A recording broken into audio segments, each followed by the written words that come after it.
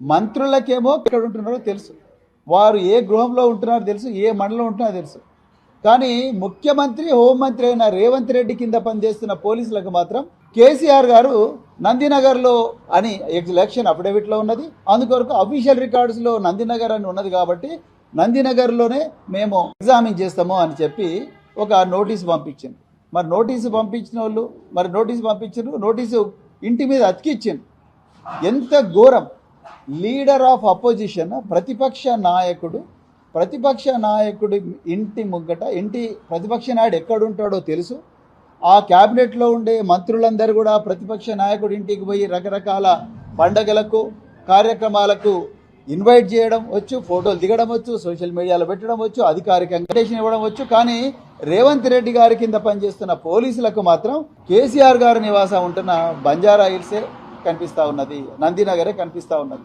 అక్కడ గోడకు అంటించి వచ్చిండ్రు. ఇంతకన్నా దుర్మార్గమైన కక్షపూరిత రాజకీయం ఏమైనా ఉంటుందా? ఒకసారి తెలంగాణ ప్రజలు ఆలోచించాలి. నేను దాంట్లో లీగల్ పాయింట్స్ కూడా చెప్తాను, ఎందుకు నోటీస్ అంచడం తప్పని.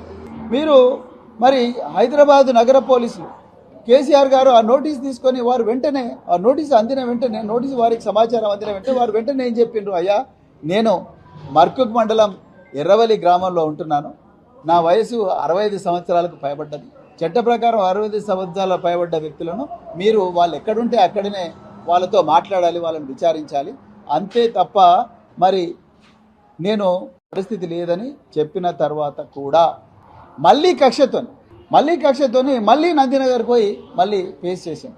ఒక లీడర్ ఆఫ్ అపోజిషన్, తెలంగాణ తొలి ముఖ్యమంత్రి, ప్రతిపక్ష పార్టీ నాయకులు, మీ మంత్రులే పోయి వారింటికి పోయి అడ్మిటేషన్ కార్డులు ఇస్తారు, కానీ మీకు మాత్రం నందినగరే కనిపిస్తున్నది, ఈ మర్కుకు రావడానికి మీకు ఇష్టం లేదు.